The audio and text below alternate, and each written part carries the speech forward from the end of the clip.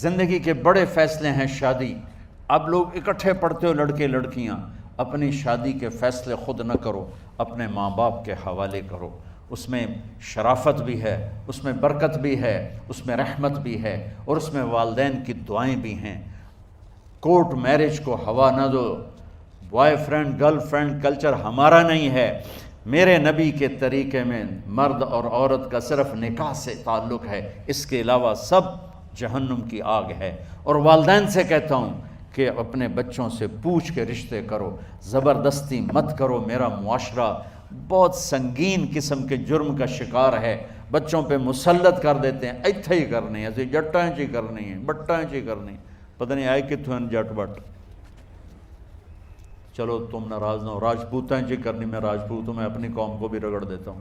راجپوتیں چی کرنی، اگاں کرنی ہی کوئی نہیں. یہ ظلم و ستم اولاد پہ مت کرو. اپنی بچی سے پوچھو، اگر بیٹی ہاں کرے تو پھر قدم اٹھاؤ. اگر بیٹی کہہ دے میں نہیں کرنا چاہتی تو وہ نافرمان نہیں ہے. اللہ کے واسطے میری سنو. صرف تم نہیں سن رہے ہو، اس کیمرے سے لاکھوں کروڑوں لوگ سن رہے ہیں. اگر بیٹا یوں کہہ دے کہ ابا میں نے یہاں شادی نہیں کرنی، میرا جی نہیں چاہتا ہے، تو وہ بیٹا نافرمان نہیں ہے، فرما بردار ہے. اس نے شریعت کا حق استعمال کیا ہے. اب ایسا ظلم مت کرو کہ نہیں اتھے ہی کرنی ہے، اتھے گھروں نکل جا. زندگی تم نے تو نہیں گزارنی، زندگی تو بچے نے گزارنی. میں قربان جاؤں. ایک حدیث سنو پہلے، پھر اگلی بات سناتا ہوں. ما تزوجت وما زوجت الا بوحی من السماء نزل به جبریل. لوگو سنو، میں نے جہاں شادی کی، میں نے جہاں بیٹی کی شادی کی، پہلے آسمان سے جبریل فرشتہ اللہ کا حکم لے کر آیا، پھر میں نے قدم اٹھایا. سمجھ گئے میری یہ بات سمجھ گئے سارے؟ اب اگلی سنو. حضرت علی فاطمہ کا رشتہ لینے آ گئے، اور جبریل ان سے پہلے آ گئے کہ یا رسول اللہ فاطمہ علی کے لیے ہے. باپ محمد مصطفیٰ جیسا ہے، رشتہ مانگنے والا علی جیسا ہے، اور بیٹی فاطمہ جیسی ہے. اور آپ پوچھتے ہیں علی کیسے آئے؟ وہ شرم کی وجہ سے کچھ کہہ نہ سکے، چپ.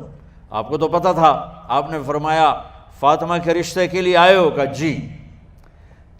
تو جبریل تنال بیٹھا ہوا ہے کہ یا رسول اللہ اتھے ہی کرنا ہے. آپ نے ہاں نہیں کی، آپ نے کہا انشاءاللہ، اور یہ کہہ کر اٹھ گئے. انشاءاللہ نبی کا ہاں ہی ہوتا ہے، لیکن جبریل کے آنے کے باوجود اور اللہ کے کہنے کے باوجود میرے نبی کو بھی پتہ ہے کہ یہ رشتہ یہاں کاتب تقدیر نے لکھ دیا ہے، لیکن امت کو سبق سکھانے کے لیے آپ گھر تشریف لے گئے. بیٹی فاطمہ کہ جی یا رسول اللہ. کہا علی کا رشتہ آیا ہے، میں ہاں کر دوں؟ سبحان اللہ. میں اپنے دیہاتی بچیوں پہ مجھے رونا آ گیا کہ جنہیں پتہ ہی نہیں ہوتا سانو کہیں دے نال بندے پہ جانور ہے یا انسان ہے. علی جیسا داماد، چلو علی کو چھوڑو، فاطمہ کو چھوڑو، جبریل آیا بیٹھا ہے، جبریل آیا بیٹھا ہے. اس کے بعد فاطمہ سے پوچھنے کی کیا بات ہے؟ جبریل آ کر کہہ رہا یا رسول اللہ، اللہ کہہ رہا ہے فاطمہ علی کے لیے ہے اور علی فاطمہ کے لیے ہے، اور پھر آپ کہتے ہیں بیٹی فاطمہ ہاں کر دو. ہماری تو آج کی بیٹیاں انکار نہیں کرتی، چپ کر کے گاں ماں اس طرح بن چھڑ دین قلعے نال.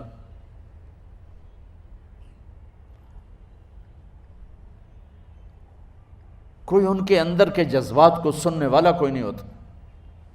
اپنی انانیت پر یہ فیصلے کرتے ہیں، اور میرا نبی کہہ رہا ہے بیٹی ہاں کر دو.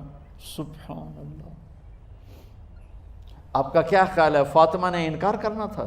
یہ بیٹیاں نہیں انکار کرتی تو فاطمہ نے کہاں کرنا تھا؟ لیکن یہ سبق دینا تھا ان والدین کو جو نادانی میں نادانی کے فیصلے کر کے اولاد کو ہمیشہ ایک ٹھنڈی آگ میں دھکا دے دیتے ہیں. حضرت فاطمہ رضی اللہ تعالیٰ عنہا نے جب ہاں کی پھر آپ باہر نکلے. اچھا مزے کا واقعہ ہوا، حضرت علی اٹھ کے باہر نکلے تو صحابہ باہر کھڑے انتظار کر رہے تھے کہ کیا ہوا. حضرت علی کو بھیجنے والے تھے عبد الرحمن بن عوف. پہلے ابو بکر گئے تو آپ نے انکار کر دیا، عمر گئے، رشتہ مانگا، آپ نے انکار کر دیا۔ عبد الرحمن بن عوف نے علی سے کہا آپ جائیں، آپ کا رشتہ رد نہیں ہوگا۔ کہنے لگے میرا تو ذاتی گھر بھی کوئی نہیں، مجھے کہاں سے رشتہ ملے گا، میں تو بالکل غریب ہوں۔ کہا نہیں تم جاؤ۔ تو واپس آتے انہوں نے عبد الرحمن بن عوف پہ چڑھائی کر دی، ویکھیا ہے نا تو مینوں گلے آئی، انکار ہو گیا۔ تو صحابہ نے پوچھا کیا ہوا؟ کہا کچھ کہا ہی نہیں، چپ کر کے اٹھ گئے۔ تو عبد الرحمن بن عوف کہنے لگے کچھ بولے صحیح، کہ بس اتنا کہا انشاءاللہ، کہا تو مبارک ہو، نبی کا انشاءاللہ ہاں ہوتا ہے۔ کہا اچھا، تو اتنے میں آپ باہر تشریف لے۔ کہا علی، کہا جی، کہا لو بلاؤ، لوگوں کو بلاؤ۔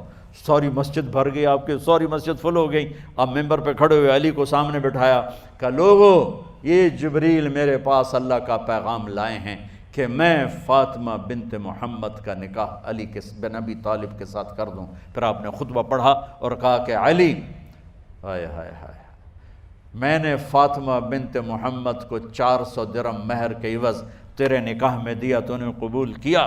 حضرت علی نے زور سے نعرہ لگایا میں نے قبول کیا، اور سجدے میں چلے گئے، اللہ کا شکر کا سجدہ ادا کیا۔ پھر میرے نبی نے وہیں سارے مجمع کو شہد کا شربت پلایا اور تازہ کھجوریں کھلائیں۔ اور پھر جب رخصتی ہوئی تو آپ نے حضرت علی سے فرمایا کہ آپ آ کے لے جاؤ۔ پھر آپ نے حضرت ام سلمہ، حضرت حفصہ اور جناب حضرت عائشہ رضی اللہ تعالیٰ عنہ، ان تینوں کو بلا کر فرمایا تمہیں پتہ ہے نا مجھے فاطمہ سے کتنا پیار ہے، تو تم فاطمہ کو دلہن بناؤ، اس کی تیاری کرواؤ، اسے دلہن بناؤ۔ تو ان تینوں نے حضرت فاطمہ کو دلہن بنایا۔ پھر آپ نے حضرت علی کو پیغام بھجوایا، وہ تشریف لائے، اپنی اونٹنی لے کر آئے، حضرت عقیل ساتھ ہے، سلمان فارسی ساتھ ہے، اور دروازے پر اونٹنی بٹھائی، آپ علی کو اندر لے گئے اور یوں فاطمہ کا ہاتھ پکڑ کے علی کے ہاتھ میں دے کر فرمایا علی تمہیں نبی کی بیٹی مبارک۔ سبحان۔